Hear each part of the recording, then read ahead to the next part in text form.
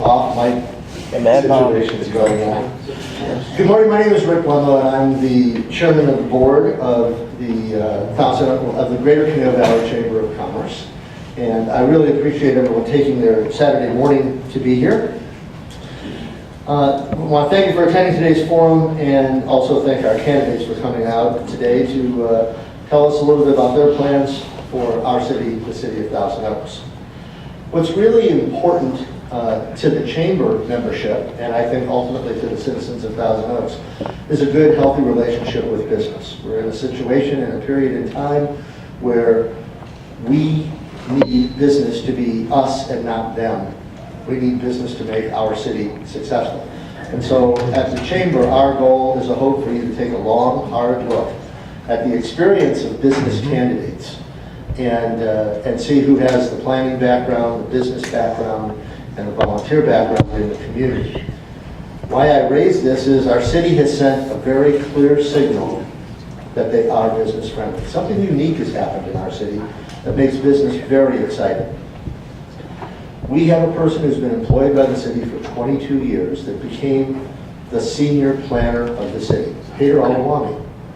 And the city made a wonderfully friendly business move when they promoted Hader from being the senior planner to our economic development director, and it's been straight up from there. And businesses are moving to Thousand Oaks, and businesses that are here are finding an easier way to get business done.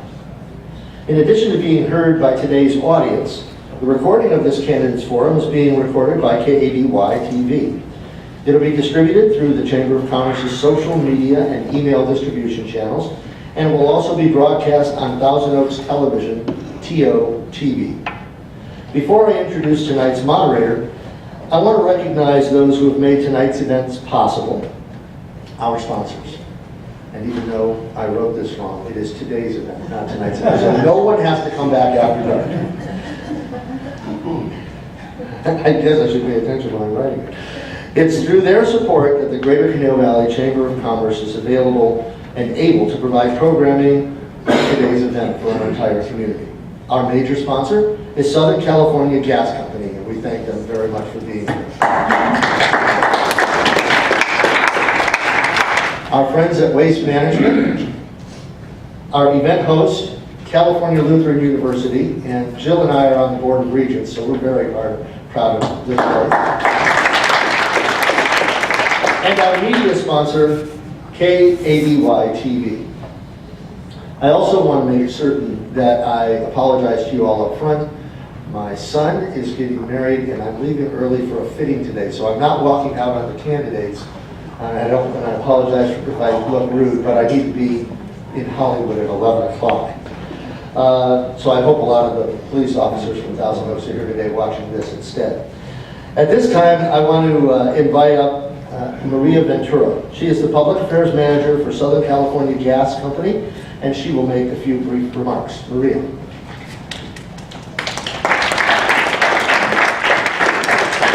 Good morning. It's again Maria Ventura, and I'll keep in mind to keep it brief. I represent SoCal Gas here in Ventura County and cities, and on behalf of SoCal Gas, thank you for so much for participating and attending today's event. SoCal Gas provided natural gas service for over 140 years, and our top priority is safety. As you can imagine, we have a couple of projects here in the Thousand Oaks area, and so when you see our crews out there working on some different pipe projects, don't be alarmed. It's probably a very standard routine pipeline safety work that we do. And also I have my colleague Sandra Gonzalez. She's at the SoCal Gas table. She has information about the Advanced Meter Project. And that's coming to Thousand Oaks and surrounding cities later this year. And it's how we're going to read the gas usage information. It will be done remotely. And by doing that, we're taking 1,000 trucks off the road. And that's part of our continuing effort to be good stewards of the environment. I wish all the candidates here good luck, and thank you so much for your time.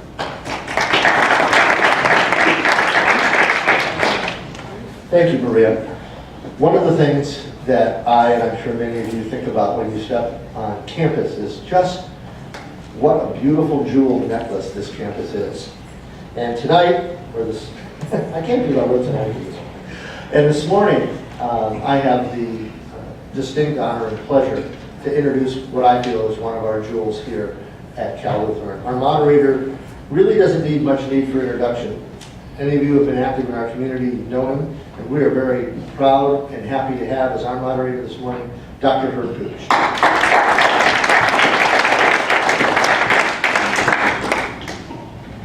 A jewel, huh? Look, it's my pleasure to welcome you to moderate the place to start, however, is also to thank Rick Limo, the president of the Greater Conejo Chamber of Commerce, but we also have the chief CEO, Jill Lederer. So I don't have to do it later. Let me draw attention to the timer, Daniel Goldberg from the Ventura County Leadership Academy, as well as in KDAY. Bob Allen is here, and he's brought 2 student interns who are learning the trade, whom we also want to thank. It's Chris and Brianna in the back. Because this stuff doesn't get done without a lot of people that never seem to get any recognition. At any rate, just a few things to sort of lay out in terms of housekeeping. One is that the bathrooms are through the atrium on the left, far left, excuse me. Also, we have coffee. Feel free to get up and back and forth. We also, in terms of the setup and how we're going to do things, have all 4 of the candidates for the June 2nd special election. You should have received in the last 2 to 3 days your absentee ballot if you're voting absentee. You can even walk an absentee ballot in up until, I think, 48 hours before. So please do vote. There are roughly 70,000 people eligible to vote, but then there's a lesser number that have registered. About 50% of those are registered to vote by mail. More than likely, election will have a relatively small turnout, and the election, for the most part, is going to be decided the next couple of weeks as people return their ballots. And there probably won't be a lot of people walking in at the end. So I'm just saying this by way of encouraging you, when you get your ballot, go ahead and return it as quickly as possible, but try to get others interested and engaged. The 4 candidates that we have, their backgrounds, they all have websites. I don't want to take a lot of time explaining because they're going to open with a 3 minutes explanation of who they are, why they should be elected. They'll also have a 3-minute concluding session in which they can sum up their qualifications and their aspirations for office.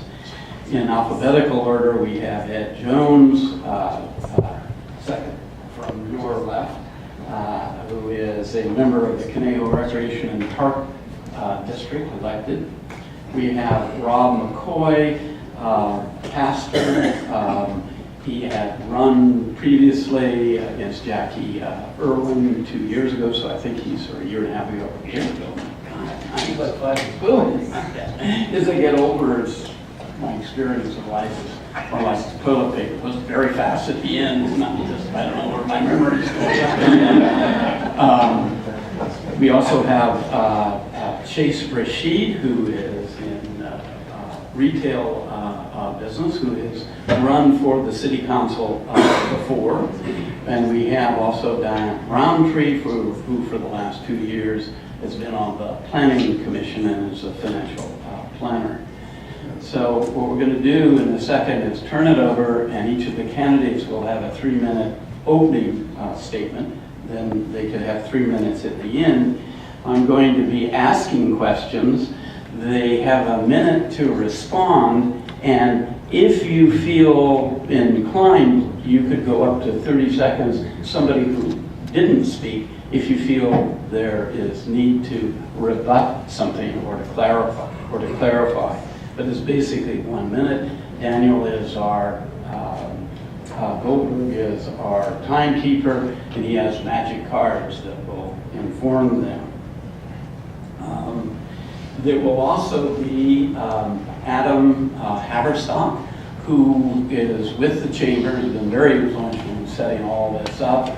Adam will have some cards so that at any point in the audience, if you have a question, please signal to Adam, write your question, and then he'll bring the questions up, because in that way, questions that you have, we can pose toward the end of the session today. So Adam will be circulating, you've got little cards to write. Please refrain from applause, it just slows things down. Save your applause to the end. And they'll all deserve it no matter what happens, because they've taken the time and have shown essentially the guts right, to stand up before everyone else and run for office. But let's save that for the end. So what I would like to do is to then start the session, which will run about an hour.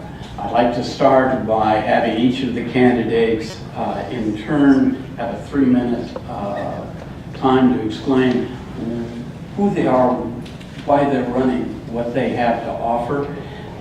Let's just do it in alphabetical order, and we would start then with Ed Jones.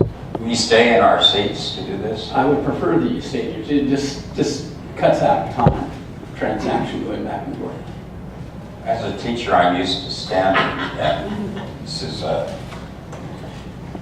When you've got a lavalier, you could stand up behind. I feel more loquacious if I'm standing, but I will abide by the rules. I'm Ed Jones. I'm chairman of the Conejo Park Board right now, and I've been in public office before.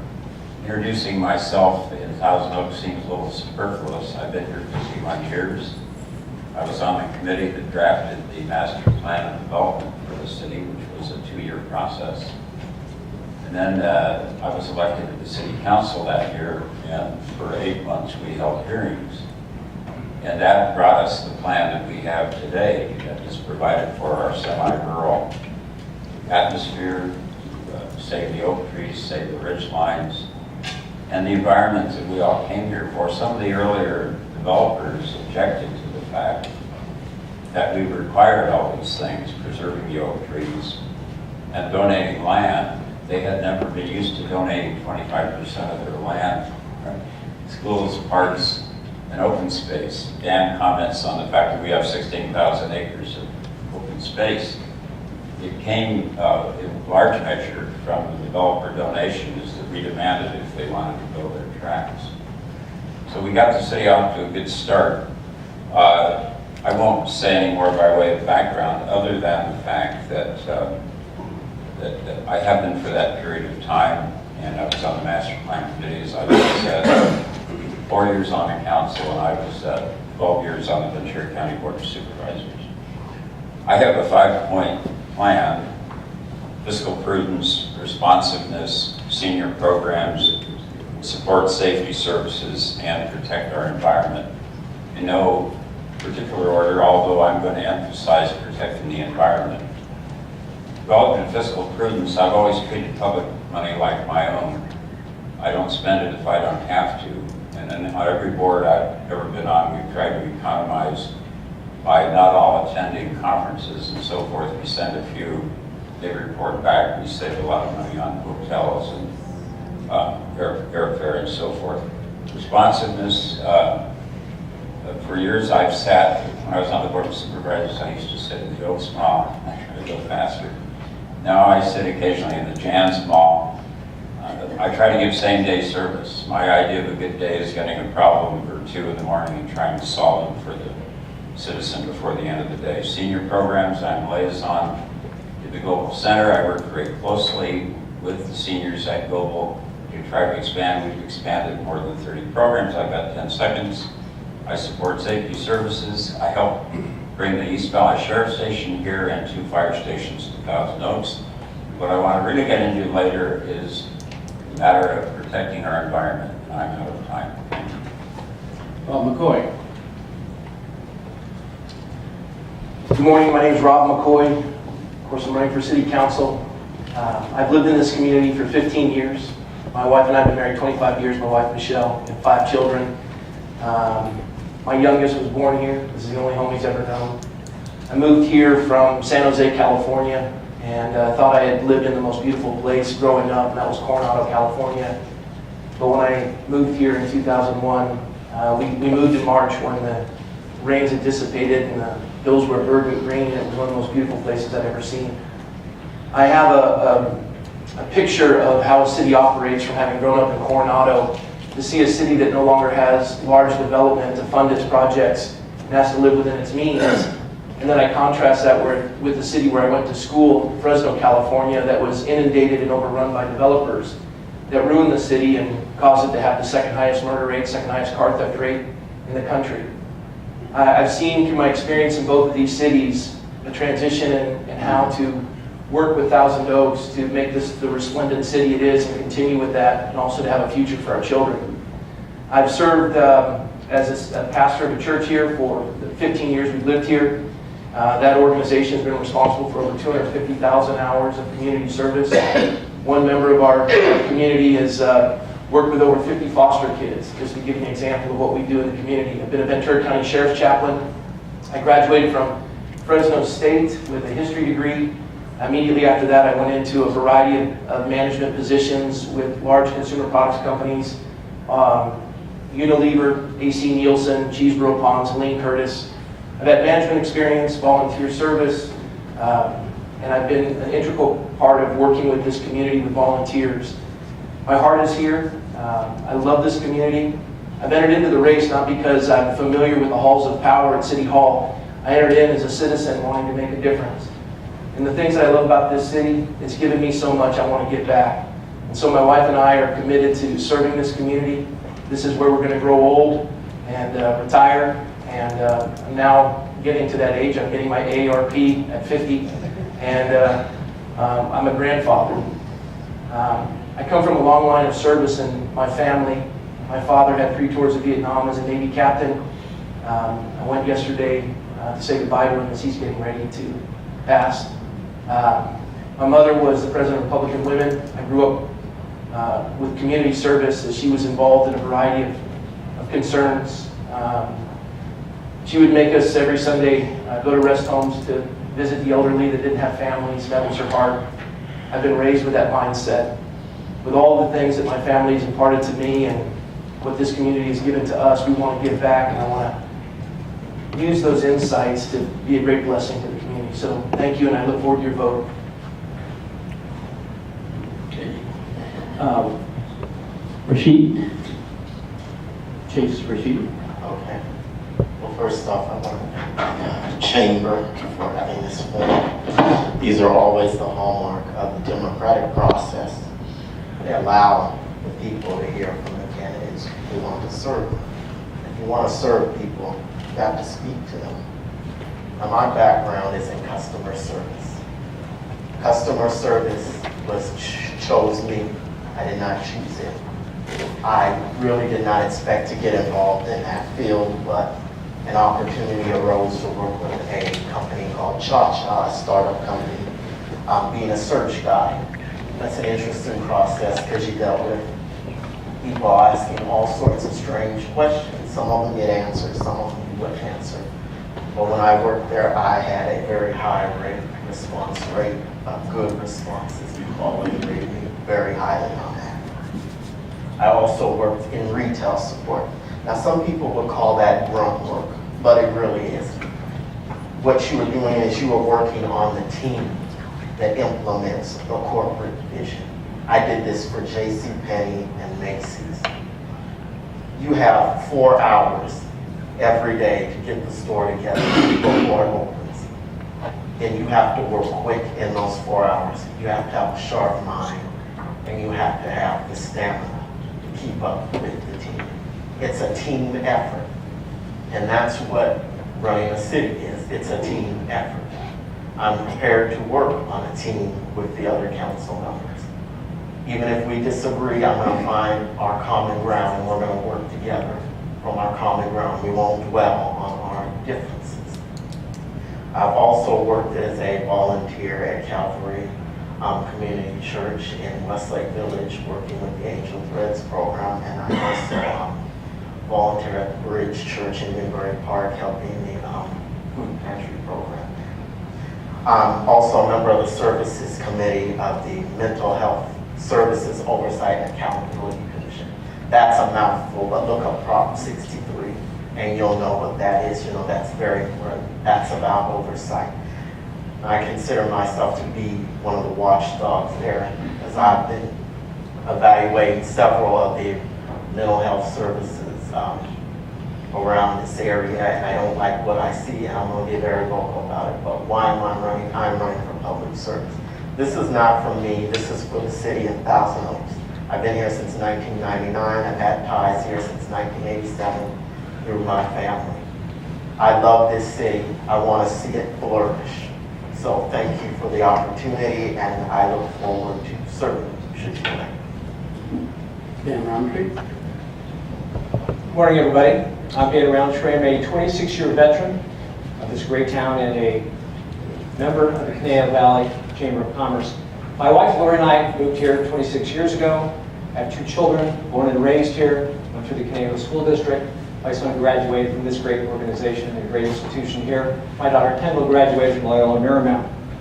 I'm a graduate of UCLA in 1982, a degree in sociology, and I received my financial planning certificate from here at Cal Lutheran. I worked in Washington, D.C. for Barry Goldwater Jr. in 1982, and I learned firsthand the importance of community. I'm the former chairman and current member of the Planning Commission for the City of Thousand Oaks.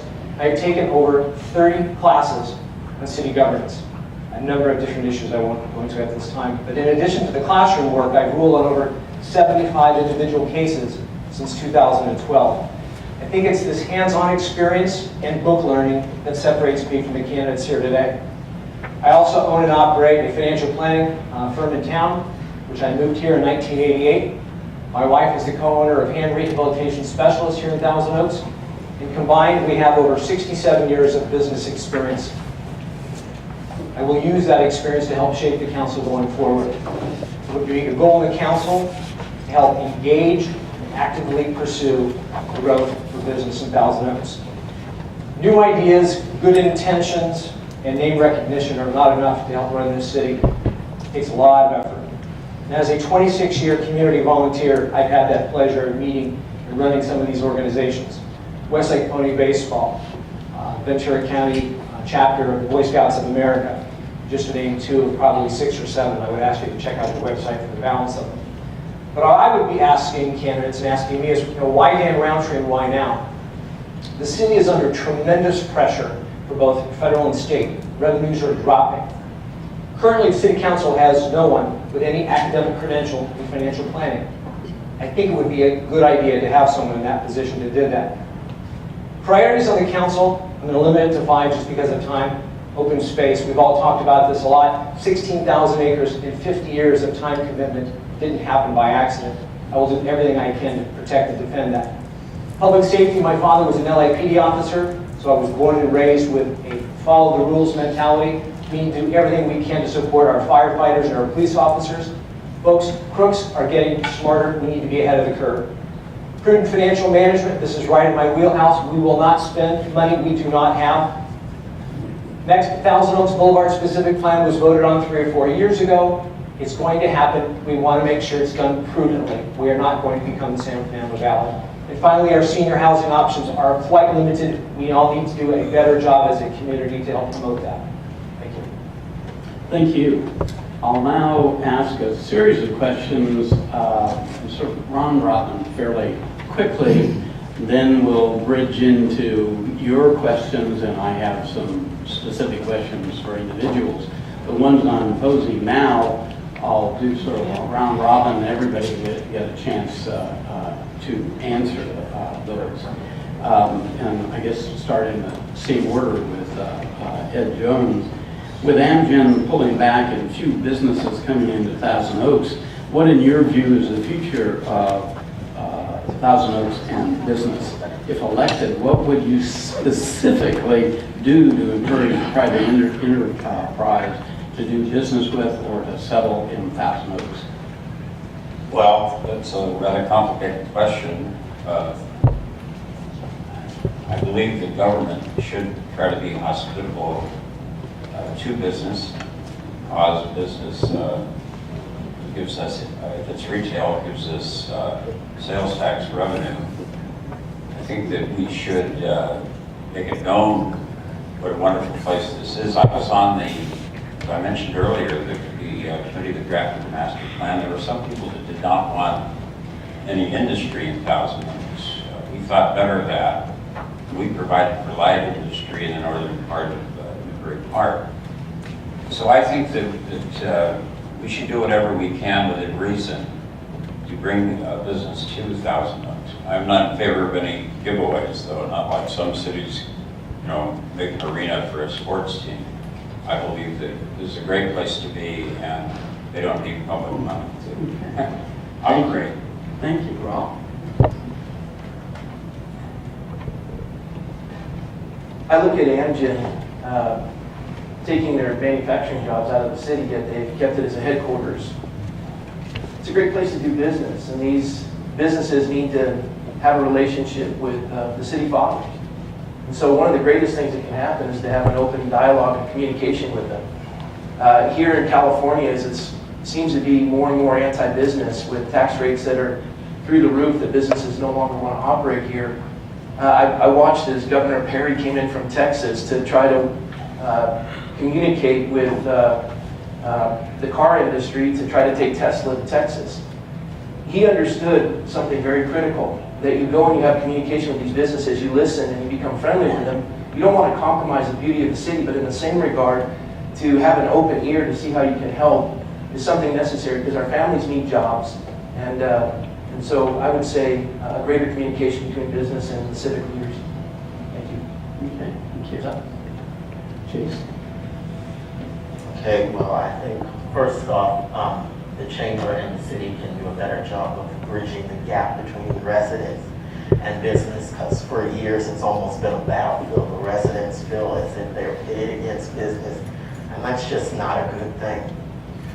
As far as Amgen pulling back, we've got to remember that this is an aging city, and housing is an issue, and businesses need housing to house their workforce. So one of the things we can do is go for more affordable housing. We can start charging the developers the fee again, as we were supposed to, as when they want to put up a new development. They pay the fee, or they have to do 10% of their units as affordable. And also, council members need to be ambassadors for the city. We've got to go out there and tout the city to business, and we can also focus more on small business. That's the wave of the future. Okay. Dan?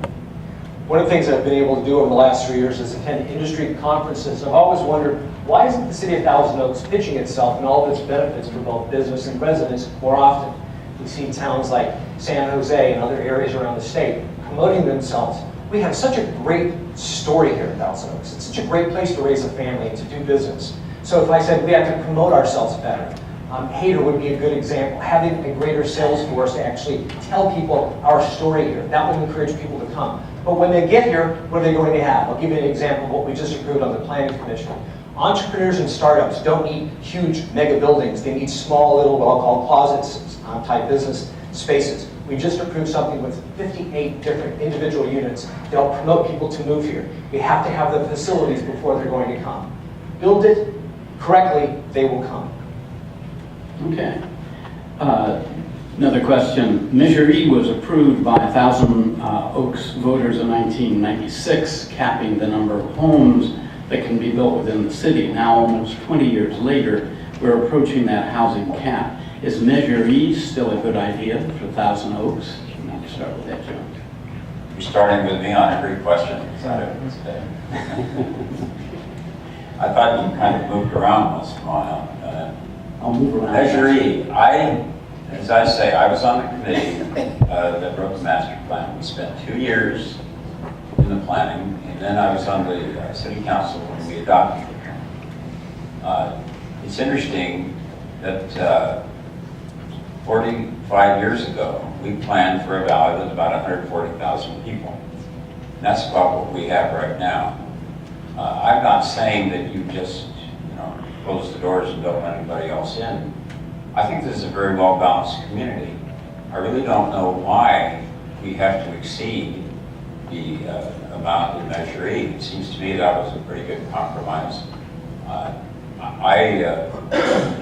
think all our services, our schools and our utilities and so forth are all planned for a population of about this size, so I don't see any need to go above that. Thank you. Yes. No problem. Measure E was approved by the voters. If it needs to be amended or updated, it needs to be done by a vote.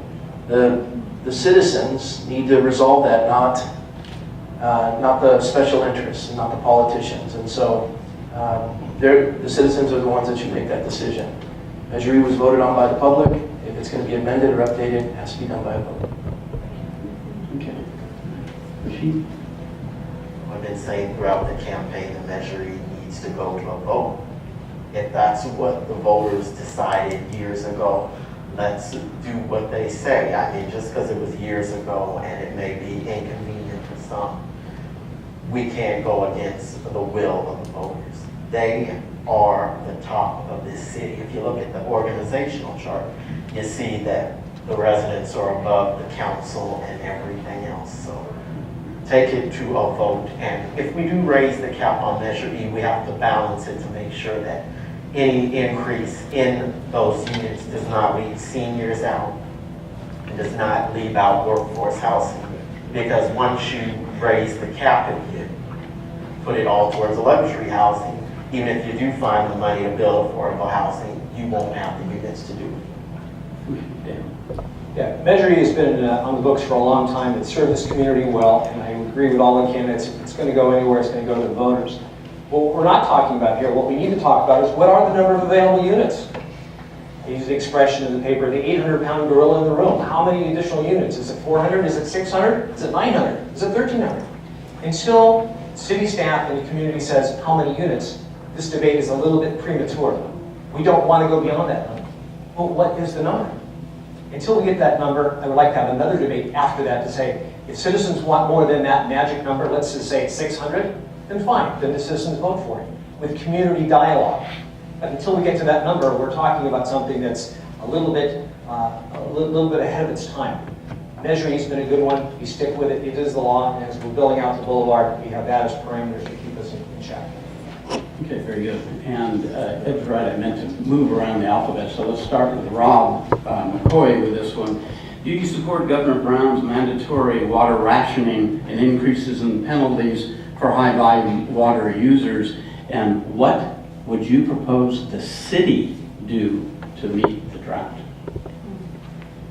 It's sad to me that the state government hasn't done its due diligence, that since 1978 we've done no storage facilities to capture water in our state. And now they're putting it upon the citizens of Thousand Oaks and pushing it down to the local jurisdictions to police one another. It's a mandate from the governor, and so we're going to be required as a city to address it in some capacity. We're also looking at tiered water systems, and here we have San Juan Capistrano suing because the price of water that they're charging the customer is greater than what they're paying for it. We're going to have to reduce. In my own home, we have 1,200 gallons of storage that comes off of our roof that we collect during the rainy season to water our yard. This is going to be something we're going to have to do. They're going to limit us to 2 days a week in watering and the like. So there will be things that will have to be implemented in the city as a result of the lack of effort from the state government. Yes. Okay. Rashid? I fully agree with the water rationing measure. You can look around and see that there's a drought. You see things going brown. It hasn't been that much rain. Even the rain we just had, it was so minimal, it barely even wet the ground. Now, homeowners are doing their part. As I'm out canvassing, I see a lot of brown lawns. I see where people have removed their lawns and put in drought-tolerant plants. It's time for the city of Thousand Oaks to move towards doing that. We got the Civic Arts Plaza, the green lawn there. Let's turn that into drought-tolerant plants. Los Robles greens, let's go to AstroTurf there. It's a tough decision, it's not the cute decision, but we have to save water. Because if we don't save water, we're not gonna have any drinking. I think I'd rather have water to drink than look at a green lawn. Dan? I agree. Yeah, the keys here, number one, are education. We're all going through this learning process of what the do's and don'ts are of water conservation. And in our family, we're trying to use more water-efficient appliances, converting our side yards to more drought-tolerant. But actually, there are a number of folks who won't make a change until it hits them in the pocketbook. That's unfortunately the reality. So this tiered system, that if in fact you go over your allotted number of water units, you'll actually have to be paying more for that. But what about for those people who have actually been water conservationists for the last 3 years? They've already put in the drought-tolerant things. They've already done the conversion. Are they going to be penalized? Right now, there's a system with Cal Water that they're going to provide you some audit possibility. What my vision is how are we going to audit this? How are we going to stay in compliance? Are we going to have neighbors after one another? We need to have community participation on what we're all going to have to do going forward. You know, we got involved, as I said, I'm chairman of the board of the Conejo Recreational Park District, and we saw this coming down the line, and so for 2 years now, we've been converting turf, and we've already converted about 16% of our turf to drought-resistant plants and wood chips and so forth. I think we ought to make water conservation a patriotic goal, the way we did rationing in World War II, to save our scrap metal and our cooking fat and so forth.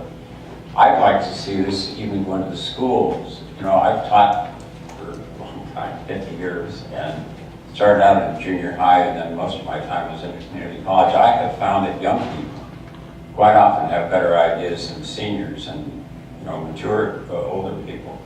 I'd like to have maybe essay contests and different things in the school, get the kids involved, but make it a patriotic thing to save water. We are in a desert situation here.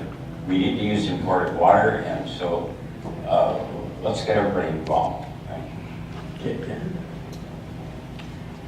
Oh, excuse me. So we're all the way around. Next question involves traffic. You see, I just lost my place. Traffic in Thousand Oaks and its local freeways, the 101 and the 23, have become congested over the last several years. What can you do as a city council member to alleviate that traffic? And specifically, would you back or not back a proposal to have an increase in the sales tax for devoted to transportation for the county? And so that would start with Rashid. First off, I think portions of the Thousand Oaks Boulevard specific plan, I think they could alleviate traffic. I know there's something in there that says that the turning lane on Thousand Oaks Boulevard between Burbs Road and Conejo School Road, that would be taken out, and we try to make that more walk-friendly. That reduces traffic.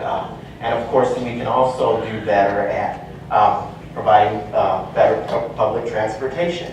I don't know if I want to see a sales tax increase for that. I would like to see East County cities get together and consolidate and do a East County Transit Authority similar to Gold Coast Transit in West County.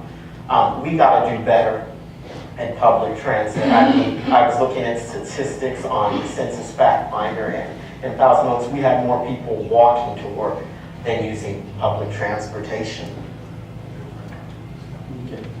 Yes, Dan. Number one, if you can encourage people to live in Thousand Oaks, that would certainly get them out of the car. The joke I make with my wife is, if you lived here, you'd be home. So we have people who stay here as opposed to going to Ventura or the West Valley. If we can encourage them to stay here, that would be helpful. In terms of increasing sales tax, 52% of my income is already going to income taxes, so I would say that'd be on the lower part of the food chain. But if we can actually encourage people to do ride sharing, or something I'll refer to as what we'll call spread hours, where you encourage businesses to maybe start their hours maybe a little bit earlier to get people off the road, and to be able to maybe stay a little bit later in the day. By spreading the day over a longer period of time, you reduce the traffic throughout Thousand Oaks Boulevard and the surrounding community. So I would say a combination of working with businesses to have their employees do the spread hours, also encourage ride sharing, and then encouraging more people to actually live in Thousand Oaks and work in Thousand Oaks as opposed to having to live here and then go someplace else. You know, Thousand Oaks, a problem is we're such a beautiful community, but our roads take the contours of the hills and the valleys and so forth. You don't have a grid system here, so public transportation is very difficult. When you see the buses running around, you see about 2 or 3 people in them. So that's really not, you know, doesn't work here. We've tried it for a long time. One of the reasons I have reservations about developing housing on Thousand Oaks Boulevard is that Thousand Oaks Boulevard is the most heavily trafficked east-west street in Thousand Oaks, over 28,000 trips a day. If you're going to all of a sudden introduce traffic calming and perhaps cars from another 500-600 houses onto Thousand Oaks Boulevard, if the traffic is not going to move, what are people going to do? I guess they're going to try to stay on the freeway longer. Maybe they'll try to get off at Westlake Boulevard. But, you know, I really feel that idea of calming or stopping traffic on Thousand Oaks Boulevard is really going to be a difficult situation and not very good for the city. Thank you. All right. Let's start with Dan. You want me to answer that? I didn't get a chance to. Oh, I'm sorry. That's okay. I'm sorry. Forgive me. Yes. The 101 and the 23, it's an enigma to me how it's taken so long to complete that. And the congestion that we faced as citizens of this community. I want to get to a deeper understanding of that and figure out why that has taken so much time and so much money. In addition, I agree with Ed in regards to public transportation. We have a neighborhood layout as opposed to a grid pattern. And I would also add, if we're going to have higher density houses and mixed use facilities in the downtown region, that is going to increase traffic. All this has to be addressed. It's not just simply to try to get more business to the downtown. There has to be an idea to address the higher density and what's already massive congestion at Thousand Oaks Boulevard. So that would be a priority. Thank you. Thank you. And another new question, and this will start with Dan. The Thousand Oaks Boulevard's specific plan was recently approved by the City Council. Do you support that plan and specifically the idea of mixed usage, combination of living apartments with businesses? Yeah, I'm supportive of the Thousand Oaks Boulevard specific plan primarily because it was 15 years in the making by a combination of community leaders, staff, and property owners. So this just didn't happen overnight. It took the feedback of the community. In terms of mixed use, this concept has been around in the industries for about 400 years from Europe, so this is not brand new. We're a little bit behind in being able to use mixed use because if you live downtown and you don't have to take your car to go to other facilities, that's going to help out on the traffic use.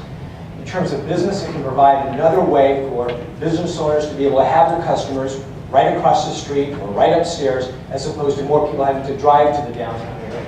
So mixed use can accomplish some of our housing needs for some of the younger folks and also some of our seniors. It will help encourage businesses. And quite frankly, folks, it's going to make it more of a vibrant downtown offering. Right now, my daughter's classic example is, yeah, there's nothing to do. Right? Well, I don't want to make it the valley at all, but we want to be able to make it a vibrant offering for the downtown for all of us to enjoy. Thank you. Am I next? Yes. I'd like to take great exception to that. Thousand Oaks Boulevard was never designed to be a downtown, and in my opinion, it never will be. As I say, it was on the master plan committee. It was the barbell concept. The two bells are the Jan's Mall and the Oaks Mall, where people congregate, and then on the other end, where you have the balls at Westlake Village. That is a narrow strip of retail along Thousand Oaks Boulevard. The types of uses that are there, which will probably be there for a long time, involve automotive uses, massage parlors, you know, places where you can go to pick up items that you need for your home. You don't have a strolling vista type thing, just where Rivera Street in San Luis Obispo or just where in the downtown Santa Barbara. I'm trying to think of the name of the street. That would be different. But we don't have that, and we're not going to have, you can't stroll and find beautiful little shops and boutiques and so forth. And those people that are in those stores, and you don't have parallel streets with retail, you don't have cross streets, you have long blocks. I think it's a dream right now. I don't like it. In regards to a European design for the downtown that Europe's been doing for over 400 years, here we're trying to do the bullet train, try to match Europe with rail systems. They're bankrupt, they're struggling. If you've ever been to Europe, it's congestion, those streets are miserable to travel on. That's not America. When we look at downtown, high density, multi-use facilities, and saying that it has community support, that's not what I'm experiencing as I'm walking the precinct. The citizens are upset, they feel as though this has been rammed down their throats and it needs to be addressed. Rashid. I'm supportive of the Boulevard specific plan with reservations, no blank check. That's what I told the association when they interviewed me. I said, no blank check for this. We do need mixed use because, as I said before, we need workforce and senior housing. And for seniors, mixed use works because they can walk to shops and whatever they need and not have to drive or use public transport. They are able to walk in. And of course, the area has to be safe, so we have to keep up our public safety spending to support such a plan. But I think mixed use will work for this area. Like Board Member Jones says, it's not going to be like State Street or anything like that. But so we have to find out how to make a downtown work for 1,000 homes, not try to emulate any other city. We've got to be individuals. Okay, thank you. Let me skip Ed to start this round because he's already done twice and start with. You can start with it if you got I want to start with Pastor McCoy. 1,000 Oaks approved its Vision 2064 50-year strategic outline for the future. What do you believe needs that may be missing in this plan, and what's your assessment of it? One of the things that was evident to me is there needs to be a greater focus on the fastest growing segment of our community, and that's our senior citizens. We're an aging community, and housing for senior citizens needs to be addressed. The idea that we want to remove some of these manufactured home areas for development is unconscionable. We have a commitment to our senior citizens in this community. We want to protect oak trees, but why would we, in the same swipe, remove or uproot our senior citizens in their housing? So that needs to be addressed in the plan that the city faces. Absolutely. Thank you. So after Ron, it would be Chase. Okay, well, I participated in the final session of the visioning process. I thought it was a good process to get the public involved, but at the same time, I thought some of the goals that we were given a vote on, I thought there was a lot of redundancy there. And at the end, seniors were left out, and I heard from seniors I talked to everywhere. They feel like they were left out of the goals of the visioning process. They feel like they were left out of the goals of the city overall. The median age of 1,000 Oaks is 41, so the community is aging. Seniors have to be focused on. And also, I think another goal is to prevent urban decay, which is why I support the Boulevard specific plan, because it could help mitigate urban decay. And all this isn't on the Boulevard, this is off of Hampshire Road. You have the former Kmart site, been vacant almost 11 years, just sitting there rotting, going into urban decay. Thank you. What was the question again? The question is, the question is, the Vision 64 50-year strategic plan that was approved, how would you evaluate that? Is there anything missing? Well, I think that was a good attempt. I mean, I'm always in favor of getting the community involved. As Rob mentioned earlier, we're doing canvassing. We pick up a lot of ideas that way from the public. And so I think that's always a beneficial thing to do. I don't like the fact that in recent years, they've narrowed the scope of people that they're questioning.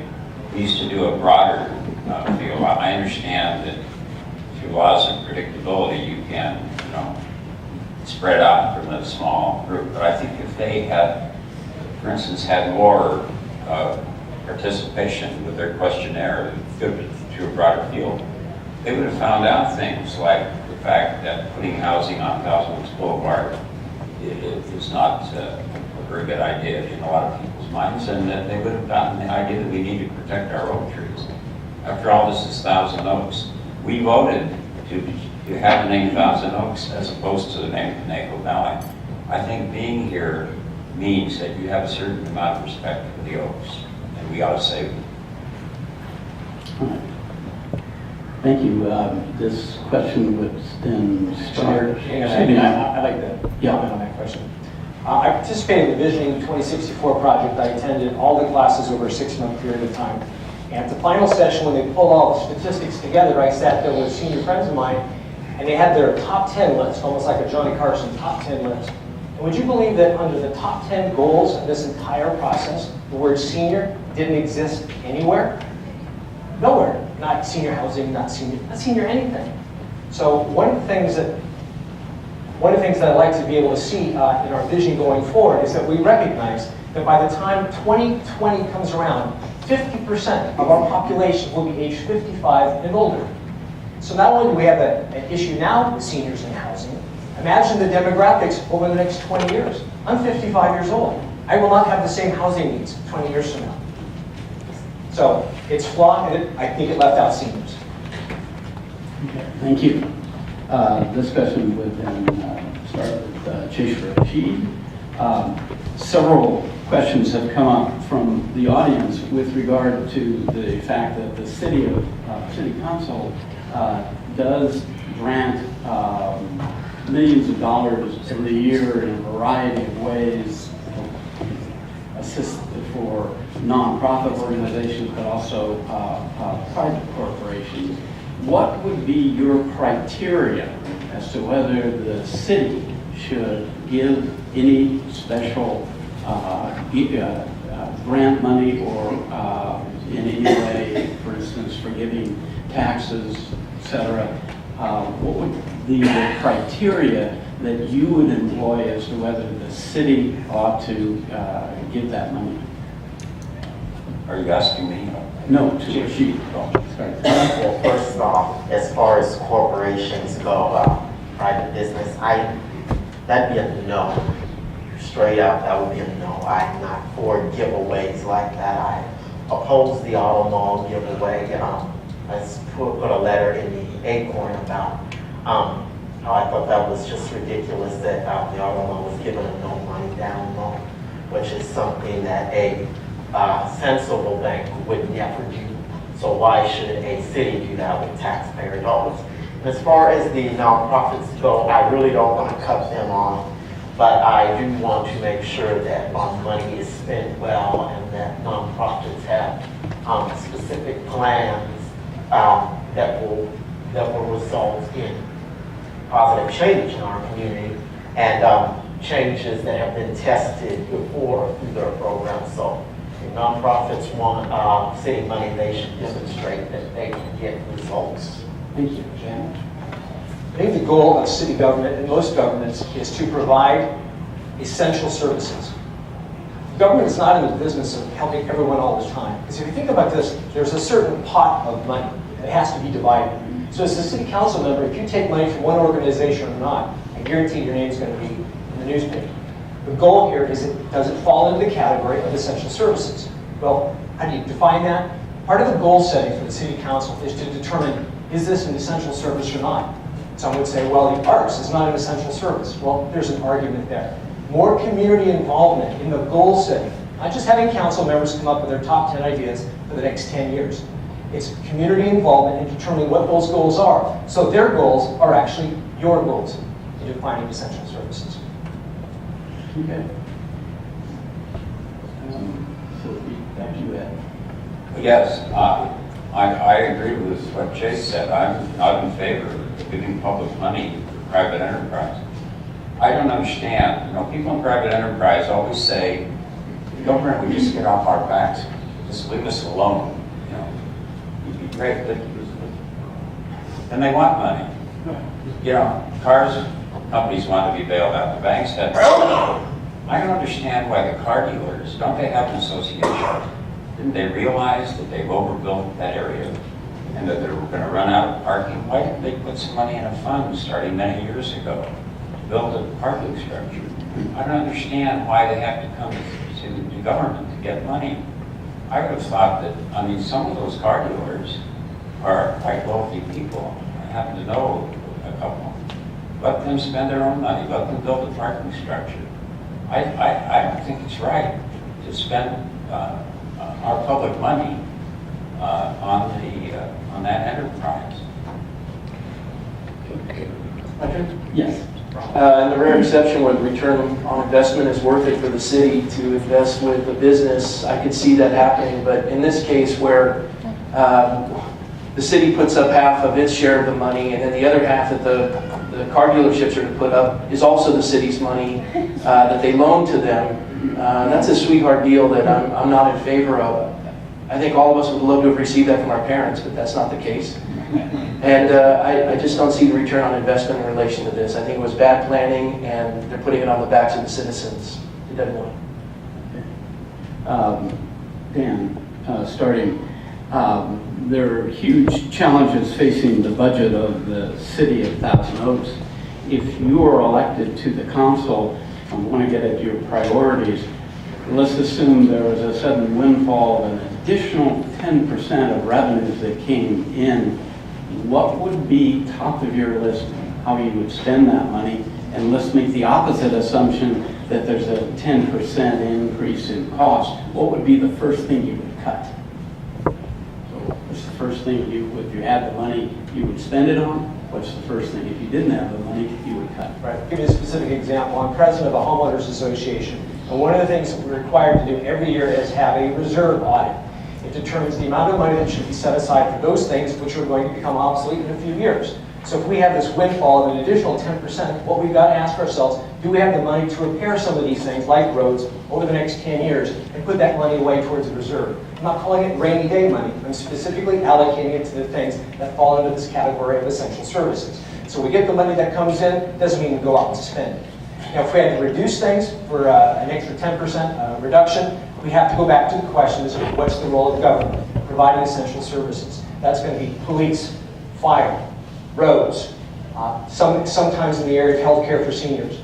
We've got to be able to look at our essential services list, which gets back to goal setting and the community involvement. So it shouldn't be one person or 5 people determining what you want. It's more community involvement. Your voice should be heard, not just 5 people. Okay. Yeah. Yeah, if you get a windfall of money, you should spend it only on the capital program. In other words, something that will not be a recurring expense. Because if you have a recurring expense, then you develop the need for that much money every year. So I would be in favor of looking at what capital projects might need to be done and spend the money in that way. But what you need to do with whatever amount of money, you know, we talked about how we're going to get along, we're broke, if you have all these car dealers, how many cities have one of the largest car dealers in the country that we have here? We ought to be able to learn how to live within our means. And that means rationing. No, we can't give to every group that comes before the council. We ought to give to some nonprofits, but we can't give to all of them. We need to have a schedule for road overlays. We need to live within our means. And since we have this car revenue that most cities don't have, there's no reason why we can't do that. Okay, thank you. Ron? I think it was Ronald Reagan who said the closest thing to eternal life on this earth is a government job. And the last thing that we would want to do with a windfall is to put it towards pensions and employee costs. I'm in agreement with Ed that it would have to go to items in the community that would have a long-lasting effects, infrastructure, capital, which would be necessary for the community. That's what we pay for, and that's what we deserve as citizens. If we had to cut spending, there are no sacred cows in the city government. Everything needs to be looked at. When we see a doubling in our police and fire, and every other budgetary item has been cut, we still have to look at police and fire. We make this the safest city in the country, but in the same regard, we have to see why has that cost doubled? We have twice as many officers, twice as many firefighters. We don't, so why is it doubled? Those questions have to be asked and have to be addressed. So that's what I mean. Thank you. Jake? Okay, so out of all the candidates, I think I've been the most fiscally conservative and strict with my ideas for the city, which a lot of people would not expect since I'm a Democrat and we're supposed to be big spenders, but that's just how that goes. But if we had an extra 10%, we definitely should not spend it mindlessly. I would say a rainy day fund. But if there were specific needs that we had to take care of, we should take care of those needs. And if cuts had to be made, I'm absolutely not going to support cuts to public safety. In the UK, the Home Minister, Theresa May, she thought it'd be a great idea to cut 14,000 police officers. Crime went way up, so that obviously didn't work. So I want to look at upper level salaries. This is the budget. It's huge. We can find something in here to cut if we have to. Okay. Now, we've got about 10 minutes. I want to ask some very hard questions, rude and hard questions, but you, the audience, deserve to hear some of the answers. And then we'll go to the summing up, the 3 minutes of summing up. And I'll simply start, work my way across with Dan. What else have you done for us? You've been 2 years on the city council, but where else is your community involvement? I have 1 minute for this. 1 minute. All right. But you'll have a summing up too. Dan. Started in youth sports many years ago as your classic soccer dad, softball dad. Eventually was appointed to various boards and eventually was either president or commissioner for each of these organizations. Many of those organizations in the early years when my kids were involved, I was involved in those kids like the rest of you with your own children. But from there, it began to transcend into things where my kids weren't involved. You think, why would someone run the Boy Scouts of America, Ventura County chapter, when their son wasn't even a Boy Scout? I wanted to be a Boy Scout, but we didn't have it in our area, believe it or not. So I got behind it and helped to support that. From there, it began, or went into other boards of directors, and for those of us in this room who have participated, you know what I'm saying, you go from one board to another. So 26 years as a community volunteer, I put in the time to be able to sit in front of you and say, I'm an active community volunteer. I've earned the stripes. Okay. Ed, you have a history of some problems with the law, and you're 84, so questions of age in the past. How relevant are they? How do you respond to somebody questioning whether they should vote for you? I think people ought to vote for me because I have a long record of service in Thousand Oaks. I think that I have, over the last 51 years, had an opportunity to be of great assistance to the city, and I have tried to get to know people. I walk door to door constantly, and I try to implement the ideas that I get from the people. I think the fact that I've been elected to office 6 times, and I'm in my 25th year of service, 21st year of service to the public, shows that the public have confidence in me. When they ask me to do something, I get it done. I believe I have a record of responsiveness, and I believe I have a record of commitment to the people of Thousand Oaks. You know, when people phone me and say there's a problem in a certain part of town, I don't have to look at a map. I know that street, I know where it is, I know what goes on there. So, you know, I believe that after all my time in this community, people know who I am. Okay, thank you. For Chief Rashid, you've run for the council before. In this session, you have raised very little money and didn't even buy a campaign statement. I know it's expensive, but you didn't even do that. So the question comes up, is this just an ego trip for you? Oh, absolutely not. I mean, you can factor in money, and I don't like asking people for money. I think it's, frankly, I think it's rude, but, you know, I've raised a little bit of money. I put up some of my own money for the campaign. I prefer to do grassroots campaign. I prefer to talk to people, get out there and talk to the people. And as far as it being an ego trip, absolutely not. I'm gonna tell you something that happened to me.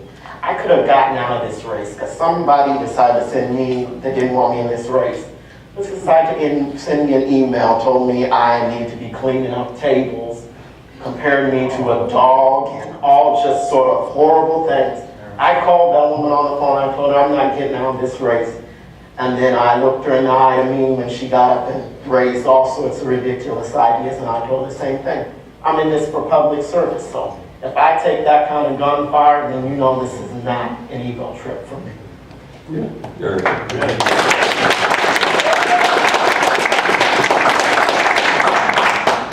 Pastor McCoy, you have... Can't wait, what do you got?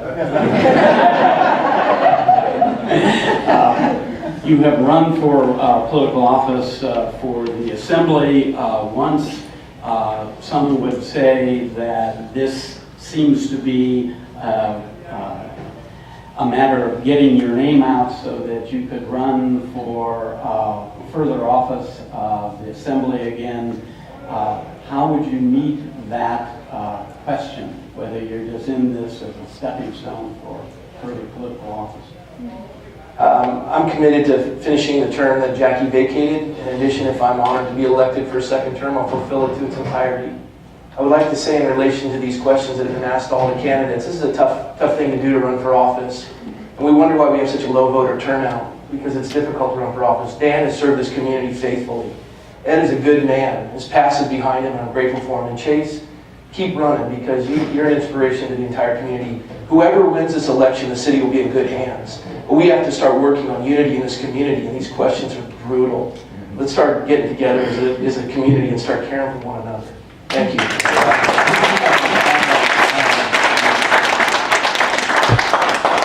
Although we just have some wonderful questions, a lot of them didn't come in until a little too late. And the candidates, I'm sure, will also stick around for a little bit, and then you could also talk to them as individuals. But at this point, what I'd like to do is to turn it over to closing statements so we can get out of here on time. And we had started with Ed, and if you wouldn't mind, we might start with Ed by way of concluding. Well, I think we've had a wonderful campaign season. I've gotten to know these other three gentlemen. I think they're all fine men. I think if they were elected, they'd all do their very best to serve the people of this community. I feel a real commitment to this community. You know, I can look at a street light that I helped get put there.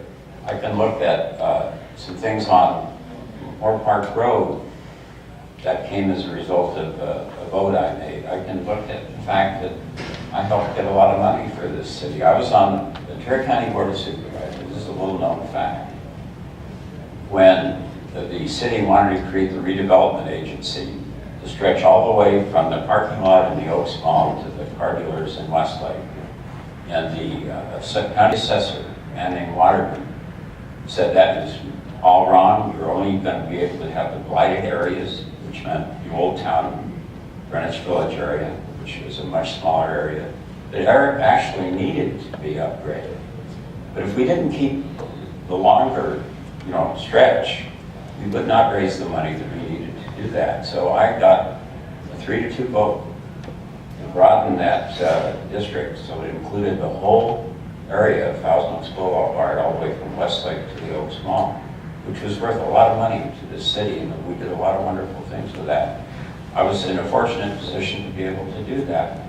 But this city is, I've been here most of my life and raised 5 children here. They've all gone through the school system. I look at public service, as I'm sure these other gentlemen do, as really a sacrifice. I mean, we answer the phone night and day. My goal is to get out and help people. I got a call at 4 o'clock in the morning once because Lukey Drive was flooding right near Sequoia School because a water main had broken and ran through the backyards. Why they ever put it back there, I don't know.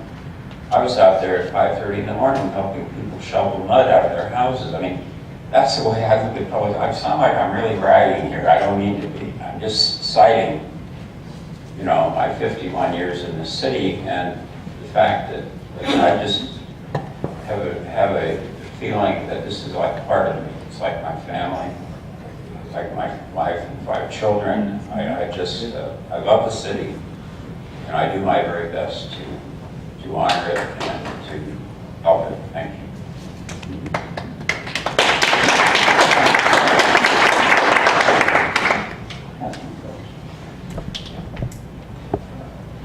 I've been honored to be a member of this community for 15 years. This community's given me so much. Some of the greatest events of my life have happened here in Thousand Oaks. My family's been tremendously blessed. I can't help but to give back to a city that's given to me so much. I'm not running to tell people what to do. I'm running so that city government can be closer to the people and you can tell us what it is you want to have done. Every person that I meet, they get my cell phone number. In addition, I want to have the council meetings far more transparency and bring the council meetings to the people instead of the people to the council meetings. We need satellite locations for these council meetings. I'd like to see our 11th and 12th grade students in the Conejo Unified School District have access at least 3 times a year to these council meetings so that we can train up the next generation to understand the gift we've been given of a representative form of government. Local government is the best because people have access. Once a month I'm going to have a place where I'll sit down, as we've learned from previous city fathers, founders, that you come and you sit and you tell me as we're having coffee, as I've watched Chief Hagel do the same and Chief Ted Smith do the same with the fire department, to sit down in a coffee shop locally and just listen to the people. You call me, you tell me what's your concern, and for 25 years of my life, I've been a professional listener. My job is to listen to people, understand their concerns, and make good things happen for them.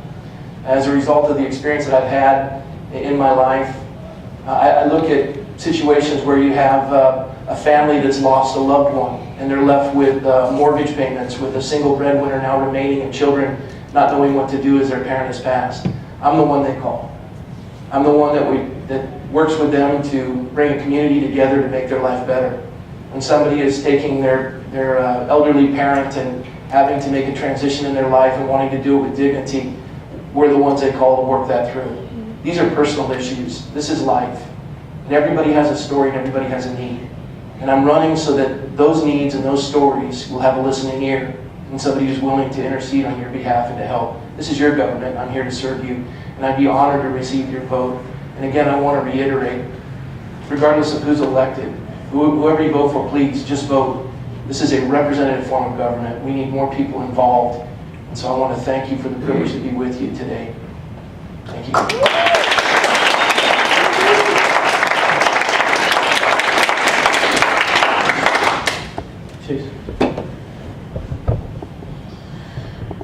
When I got into this race, I was spurred to move by public service.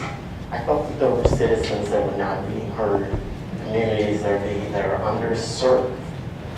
I'm battle tested in real world knowledge, so I would bring real world knowledge to this. There was a time when, I was growing up, and the best that my family could afford is we lived in a one-room flat with an outhouse. It was practically an outhouse. We came up from that, and we're in Thousand Oaks now, so you have to think about that is the kind of story that that's how a lot of people came here. They were able to move up from poverty to come into a city like this. We came from Santa Barbara. There's practically no middle class there. And I don't want to see us lose our middle class here in Thousand Oaks. That's one reason why I'm running. Another reason why I'm running is because I noticed this is 33% gender income gap in our city. We got to address that. Congress won't address it, so let's see how we can address it. And spending is going to exceed revenue at some point in the next few fiscal years. We have some hard choices to make, and we've got to be realistic about it. As I said, I'm in customer service. I've been part of the team that implements the corporate vision. Sometimes management isn't going to be there to tell you exactly how to arrange a rack of clothes or how you're going to solve a problem. Sometimes they won't tell you, they'll just tell you, do it, figure it out. And that's what I've had to do in my work.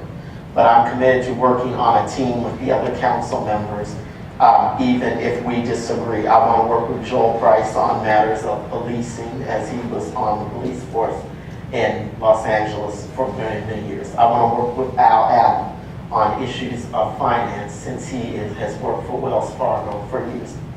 I will work with Andy Fox on issues of fire safety. He's been on the, in the LA County Fire Department for many years and served us well there. And I will work with Claudia Vildeo Pena on issues of growth and protecting our environment, because she has been a force in protecting our environment in this area. So I'd be honored if you vote for me. I'm not a career politician.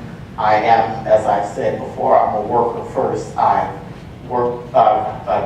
gone to work, walk to work, 4:30 in the morning, no complaints. And I did it because I had to help my family and to be a stronger person and to be a strong citizen of this community. I don't ask what the city can do for me. I ask what I can do for the city. Thank you.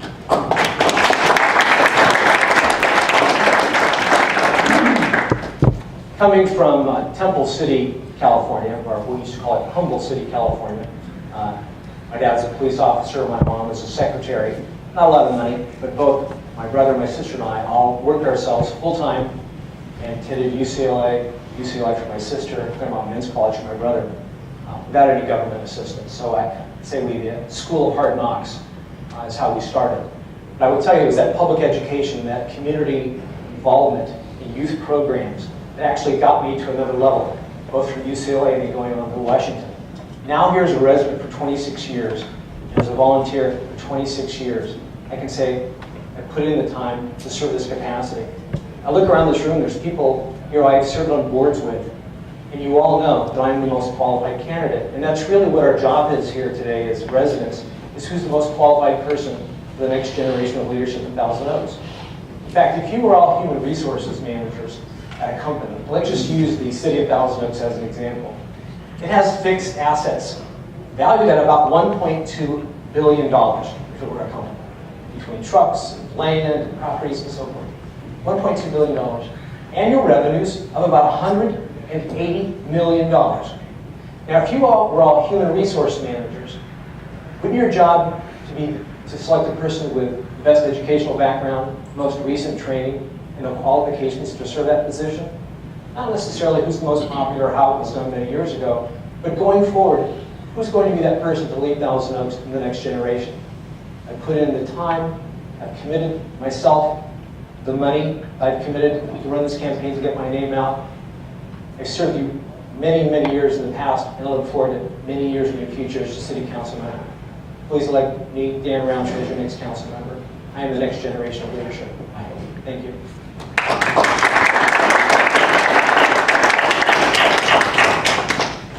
Thank you very much to the candidates, and especially the audience, for taking time to engage in the affairs that affect us all. The questions we have tried to elicit have dealt with business, Measure E, water, traffic, the specific plan, the strategic plan for 2064, the priorities to be involved in the city granting money to private and non-profit organizations, and also the priorities in setting budgets. And then we have 4 pretty critical, criticizing questions. You've had a chance to hear their introductions of themselves and their final concluding remarks about their campaigns. Please honor them by voting. And remember, very simply, if you don't vote, you lose your voice. But it's not like you don't get counted. It's just you get counted in terms of whoever wins, because they are the majority. So there's every reason to vote. I know the voting is going to be very low, and so whatever you can do to help people engage, please do it. I'd like to thank, by way of concluding, our major sponsor, Southern California Gas Company, Waste Management, our media sponsor, KDY TV, which is going to, I think Bob Allen told me they're going to put it on tonight, show it continually. They'll also give a feed to TOTV, free TV, and that'll be from this afternoon on. Also, I would like to especially thank California Lutheran University as event host, and also the co-host, the Greater Conejo Chamber of Commerce. With that, what I'd like to do is to end by giving the candidates a vote of, or an applause and a welcome, but also thank you for having the courage and being willing to stand for your community. Thank you.